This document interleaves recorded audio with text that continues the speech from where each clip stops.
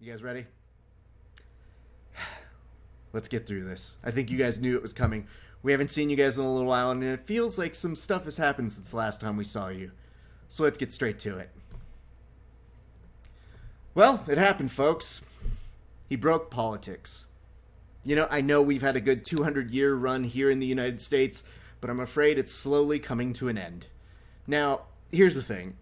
Even though today is, October 12th, 2016, the last time we did one of these was about a week and change ago, and a lot has happened in that time. So let's see if we can do our best to properly sum up what has happened over the past few days. All right. It started with taxes. Then, from taxes, there was some locker room talk on a bus with a Bush. After that, it was followed by some sort of half-hearted apology, which really wasn't even an apology, from this whole bus incident, going to some sort of thing that was like, maybe it's Hillary Clinton's fault. You just got to keep watching to figure out what the fuck's going on there.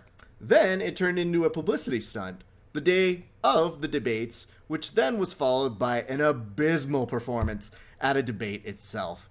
But not to be overshadowed there, he wasn't going to end and cut things close there. Oh, no. At that point, the day after the abysmal debate, then Donald Trump decided he didn't want the support of the own head of his own party, which is a bold strategy. I mean, most people like that base support to come through and help them. And if that wasn't enough, he decided, at the very end of all of this, to tell his supporters to vote 3 weeks after the election for him. Mind you, this is after he's been saying that the Clinton campaign has been doing such a dirty work that people really need to watch themselves at the polls and self-police, which, by the way, is illegal. So all of that happened within the scope of a week's time, guys. If Billy Joel was going to do a remake of We Didn't Start the Fire, he wouldn't need to do it for decades. He'd basically just need to recap this entire past week that happened.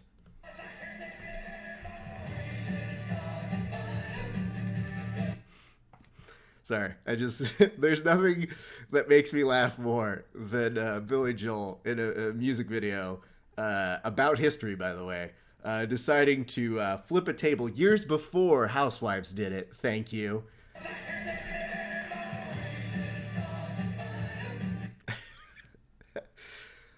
That joke has made me laugh more than I've wanted to admit it has. Anyway, so that's Billy Joel doing We Didn't Start the Fire.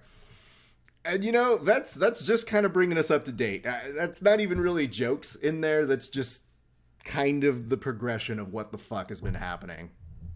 So anyway, if that's not enough, Trump supporters have been using the hashtag #RepealThe19th after Nate Silver put an infographic that revealed the Trump campaign would be doing much better if just men voted. The infographic is also notable for showing exactly who needs to be deleted off your Facebook. It's a very handy tool. And I love that. I love the idea of if men were only voting, this would be a way different election. Yeah, dude, if dogs voted, it'd be a way different election too. I don't understand why it is that people need to get behind that whole repeal the 19th is just, it's not only insulting, it's downright stupid. But of course, when you think that things can't get dumber, they do. They really do.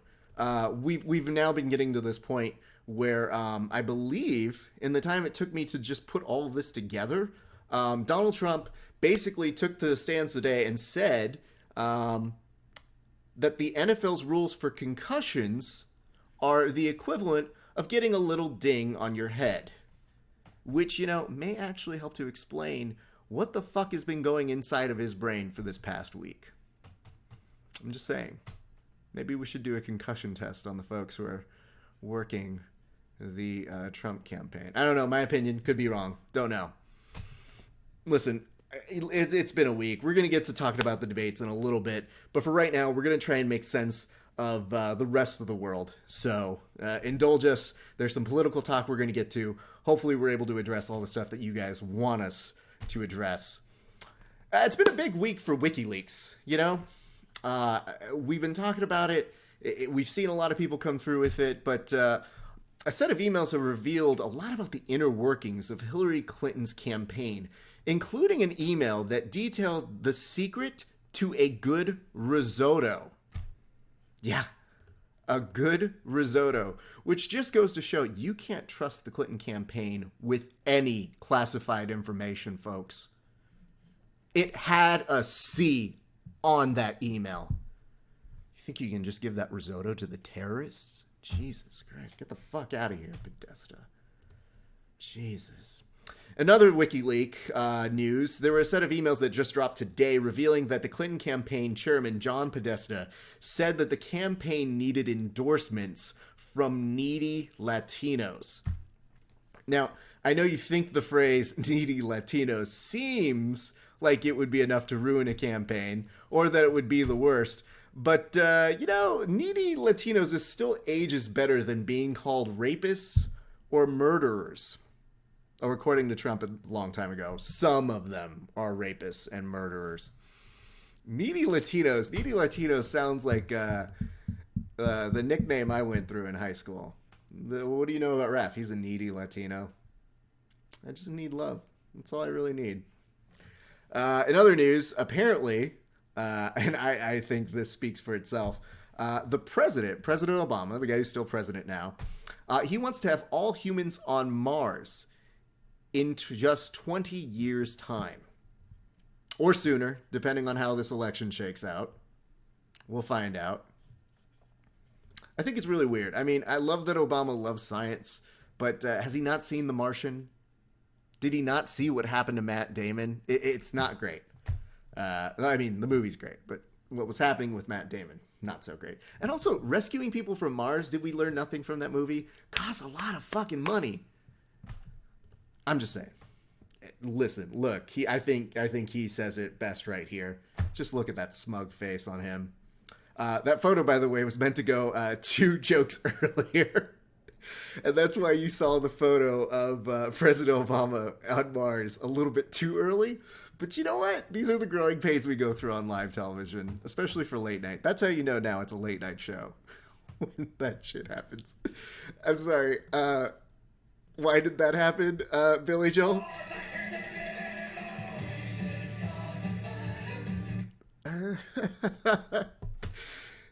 This is my favorite thing in the world this week. Nothing makes me laugh more than this. I'm going to take a moment just to celebrate Billy Joel because nothing's better than flipping a table and saying, "I don't can take it anymore." All right, let's get back to the jokes. Let's see if I can do the right photos this time. Let's see which one this one is. Are you the right photo? There we go. After rumors suggested that he might drop out of the race, Mike Pence said Monday that he's not going anywhere. Yeah. And based on the latest polls, he's definitely right about that. Pence also said that running with Trump is the greatest honor of his life. Now, I know that may sound confusing given all the controversy that's happened this week, but what's more honorable than having Trump blow his own campaign to make way for Pence 2020? That's honor. You know, not many people would do that for their friends, but Donald Trump definitely do that for him. In stranger news, a Trump surrogate said today that Hillary Clinton is a hypocrite because she likes Beyonce.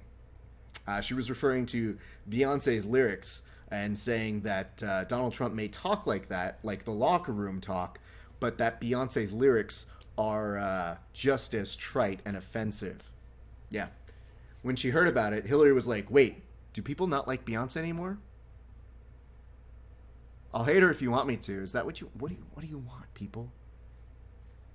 That's it. I think the official slogan for the Clinton campaign should just be like, "What do you want? Just tell me. Seriously, I'll do it." You know, here's the thing. I'm not so sure about this whole Beyonce claim from the Trump campaign because I actually think Trump equally likes Beyonce. I think they have a lot of similar interests, especially when you consider that they both share an appreciation for all the single ladies. Yep, more accusations came forward today. So, listen, jokes aside, and this is real political talk. I'm giving real political advice right here, right now for you, Donald Trump. Having your campaign go in on the Beehive That's a bad choice. Okay? Beyonce fans, or the Beehive, are essentially a super PAC. And you don't want to fuck with them. If you've seen any comment section of any Beyonce video, you know it is best to step away. So, that is my advice to you. All right. I still love this photo, by the way. Beyonce and Hillary Clinton. It seems like a new duet that's going to happen later on the radio. Look out for it, guys. Or don't. Don't. It would be a terrible song. Oh, God, guys. You know, we may be saying goodbye to all of the Bed Bath & Beyond coupons. So, yeah, they've recently said that they're going to stop mailing them out, apparently. That's right. It means you're just going to need to make do with the 37 unused Bed Bath & Beyond coupons you have in your recycle bin. Yep. You know, with all the bad news going on right now, I felt it was important to end our monologue on a good note. Are you guys ready for this? Or, I don't know if you are. I can't really hear what it is you're saying. You're just kind of watching it at Abyss. So hopefully you're enjoying this part. But in happier news, Ryan Lochte got engaged to a supermodel this week. Or so he says.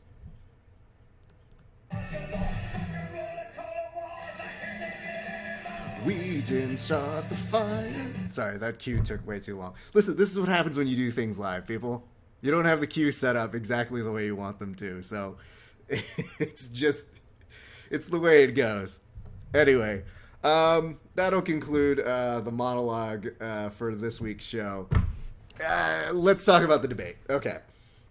So the debate was a mix of ridiculousness. I know a lot of people were wondering what the fuck it was they witnessed. I'll try and walk you through my own thoughts. Hopefully you yourself have some that you would like to share with us. Again, feel free to talk to us in the comment section. We'll be responding to your comments, your questions, your notes, whatever it is, your hopes, your dreams, whatever it is you want to talk about. We're happy to do a little bit of that. Let's discuss. Okay, so the debate's on Sunday. I've never seen anything get this low in politics before. I've been covering politics for 20, 23, 24 years. You know, ever since I was a kid in the Clinton administration years. I remember writing about it. Politics I've always had an interest in. It's terrible at times, but at its core, it's supposed to help people. I didn't see much that was helping people on Sunday. And the stunt of having Donald Trump bring out those rape accusers or sexual harassment accusers on the day of the debate marked kind of a new low. And I'll tell you why. You know, a lot of people make the argument that, yes, Bill is not running in this race. It is, they're putting Bill on trial again. And Bill has already been investigated in his own way. So it's not to say he did or did not do it, because maybe he did. I don't think I know that with any certainty. What I can tell you, however, is taking these women and using them as a political pawn just before you're about to give a debate and calling it debate prep is maybe questionable in terms of your sincerest and your realistic intentions of what you would like to do with those folks. So, you know, I mean, the hard part about it is, I think with whatever it is we're seeing here, if it's going to open up a real conversation about rape, I would really hope that it's not used to win Facebook arguments on walls. It's not meant to tell people, hey, this rape is okay, but that rape isn't. So in a very real set of circumstances, I would hope that that's not what's going on there. I know a lot of people are talking about Ken Bone. They really enjoy Ken Bone. I haven't exactly decided what to make of him. He seems like a way more pleasant human being than Joe the Plumber, so fuck that guy. Ken Bone seems like an adorable sweetheart. I do have a question in, how can he still be undecided? I'm really hanging on a thread here to figure out why, if he's looking at these two people, he hasn't decided, maybe I like one of them. One of them's okay. Because the other one was basically stalking the other like a predator. Kind of goes after their prey. And, you know, I've made this decision now. Maybe it's far too late. But I made this decision to start doing most of my monologue jokes by, really starting to get that out. It's really discouraging to tell people who are future students of speech and debate or rhetoric or speech kids to do stuff that's not gross and disgusting. Anyway, so we're talking about the fact that it was a new political low. I don't know that we'll ever truly be able to wash ourselves of the filth and the crap that was this week. So yeah, hopefully you all survived. We put up a hashtag, and I'm gonna read some of these. Hopefully that you guys will enjoy. But we put up a note the other day to some of our users, and we asked them to come up with, because and don't get me wrong on this. A lot of people have been talking about the fact that locker rooms are not like that. Or they're defending what happened by saying, like, I've said worse. And I don't know too many people who've said non-consensual sex in most locker rooms. But yeah, guys are dumb and that happens. But it's not something you want to brag about and do. So with all of this bad press for locker rooms, I decided that we're going to make locker rooms great again. So we put up a hashtag today that said, I'm looking for the best responses to good locker room talk. If you guys have some, please chime in on the comment section below. But yes, hashtag good locker room talk. And we had some responses. The first comes from Banker Beats on our Instagram, and it said, and I'm going to read it in Trump voice because I feel like that's the only way to truly read most of these. He responded with saying, I have the greatest dick you have ever seen, the most tremendous dick ever. Nobody has a better dick than me. And you know what? On a scale of sexual assault, not the highest. So congratulations. Yeah, it's basically saying I've got a great dick. Depending on who they're telling that to, I guess that could change the context. But yeah, having some confidence in your dick size I think is very important. So, okay. The next one comes from Curtsies. Curtsies wrote in, it says, you might want to have a doctor take a look at that. Which I think is great. I think that's, it's concerning. It gives you the opportunity to really take an interest in your fellow man and say like, hey, I was looking down there, dude, and that's not looking good. Have you talked to somebody about that? Because it's red. And I feel like can you talk to somebody? I think that'd be really important. So those were a couple that happened on our on the Instagrams over there. Let's go ahead and read a couple that we got on my own page, which I'm always a little nervous when I put these things up on my own page because I have no idea what people are going to think or say. And sometimes they're great, and sometimes you get a good insight as to, oh shit, those people are fucking weird. So here are some responses that we ended up getting on my page here. It says, this one comes from Virgil DeVille, and it says, I bet that jockstrap only looked backwards on you. Jockstrap looking backwards is, there are different forms of poetry that create the images in your head, but a backwards jockstrap is very funny. Again, I love the fact that people have caught on to this. But having locker room talk that goes outside of the locker room is a special kind of stupid. Where does the locker room end and begin? If you're in a bus, isn't that bus talk? We used to have this phrase in speech and debate. And if you guys are watching and you did speech with us, you know this to be 100% true, but I'm going to put this out there because it's real truth. This is what the Trump birthers and the people, they want real truth, right? I distinctly remember we used to tell people, because you would compete and it's a subjective activity, so you didn't want to influence the judges by showing them you're a complete asshole at all the times. So we would always say like, wait till you get to the van. Don't be an idiot. Van talk, van talk, van talk. I hope if I'm ever running for office, and I won't, that nobody ever has tape of van talk, because that would probably come back to haunt me, I'm sure. But but at least we understood that was on a van, so we called it van talk because you're on a van. Locker room talk on a bus, isn't locker room talk. Also, you're fucking 59, dude. Like, who are you trying to impress? You're trying to impress Billy fucking Bush? And then you have your son saying that you're doing it to try and maintain your alpha status. To Billy Bush! This is a dude who gets excited when they get a B-list celebrity who comes on and talks about a recipe that they did in their new cookbook.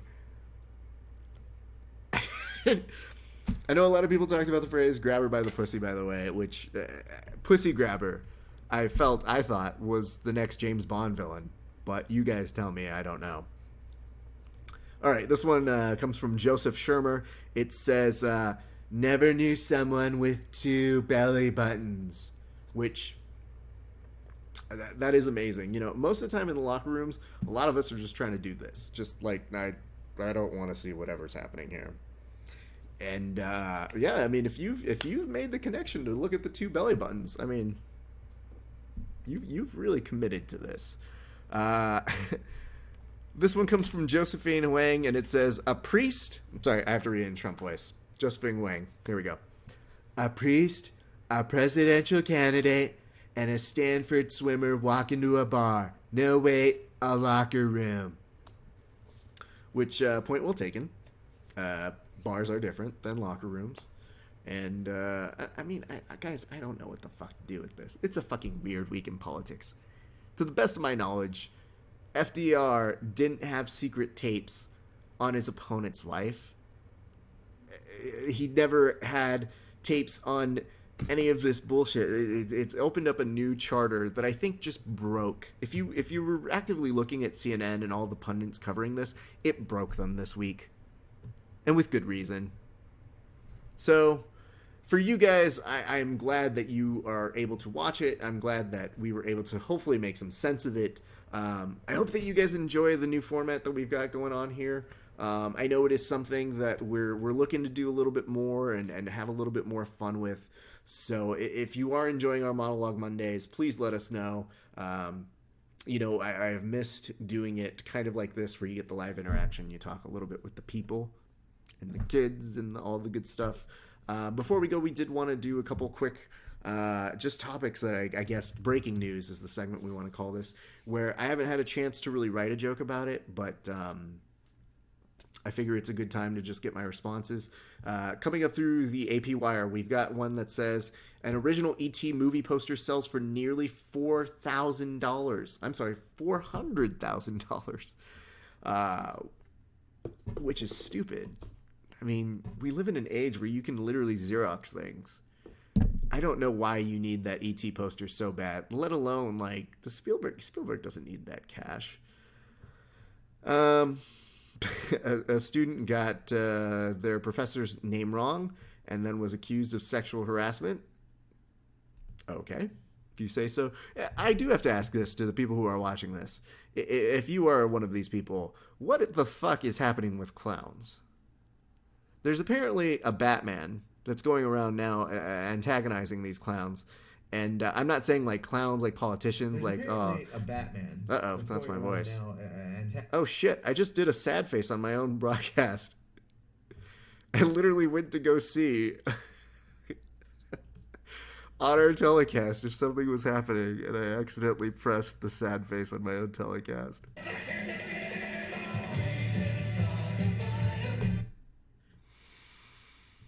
Ah, fuck.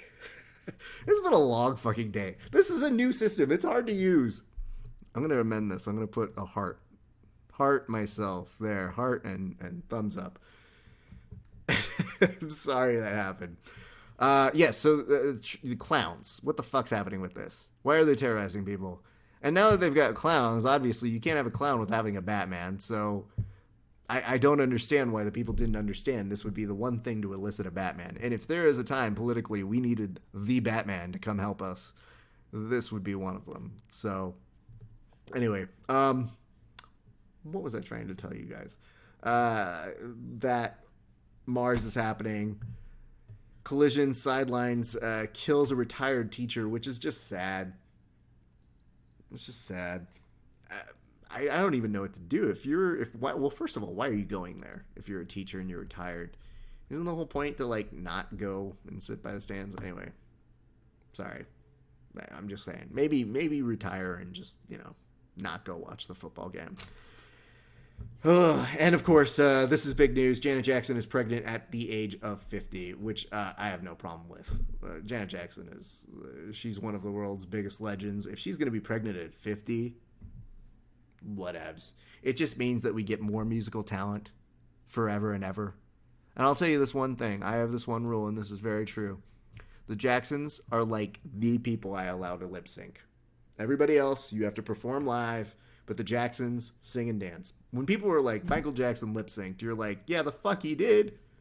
He was also doing 9,000 turns and jazz hands. He can do whatever the fuck he wants. Just my opinion. You have whatever opinion you want to form on that topic. Let's review some things. Ronda Rousey is going to also be coming back to the UFC. There's a promotional poster that I can't tell if it looks like a horror film or that she's going to get murdered. Maybe is that what they're ensuing? I'm not really sure. But she's going to be taking on Amanda Nunes later in December. So I think that'll be an interesting fight to watch. Hopefully, she's still got it. I don't know that she does, but we'll see. Colin Kaepernick is going to start in his first game on Sunday. A lot of people are already making knee jokes, so look out for those. Maybe I'll make one next week on our next Monologue Monday. There's tons of stuff going, but I think we needed just a good catharsis today. Hopefully we were able to provide that for you. If you guys haven't checked out our latest installment of Verbal Tap, please do so. It is a very fun episode. We have the very funny Josh Palmer, who is the voice of Polaris, coming through and talking with us about last week's UFC 204. We also talk a little bit about GSP's return, ? Is he coming back? We don't know. And we also talk about something else. There was some other big news. There's going to be, Polaris 4. That's going to be a huge, huge card, so we encourage you to get behind that one as well. And we've got some great stuff coming up in about a month's time. It is going to be the 200th episode of Verbal Tap, also the 4-year anniversary of our show. So we hope you guys get encouraged to watch that. We want to send a shout out to our good friends over at the Jiu-Jitsu Podcast for doing their 100th episode. 100, almost as good as 200, but not. They're very nice guys. They have a new interview with Eddie Braj. So if you guys want to go listen to that, please do so. And more plans here for early late night. We've got a lot of stuff coming down the pipeline, and we're getting excited to go ahead and reveal more of that as it becomes available. But I think that is going to do it for us here tonight. We hope you enjoyed the show. We hope you like the new format. Like I said, if you like it, tell a friend, all that good junk. And feel free to send us topics that you want us to talk about on the next show. We are definitely up for doing that. In the meantime, this is your friendly, occasional neighborhood talk show host, Rafa Esparza, saying thank you very much for tuning in. And I'm just so tired of all of these politics dividing us. I wish there was a way I could express it. Maybe, I don't know, via song that would truly express my feelings. I wish it existed. I don't know that it doesn't.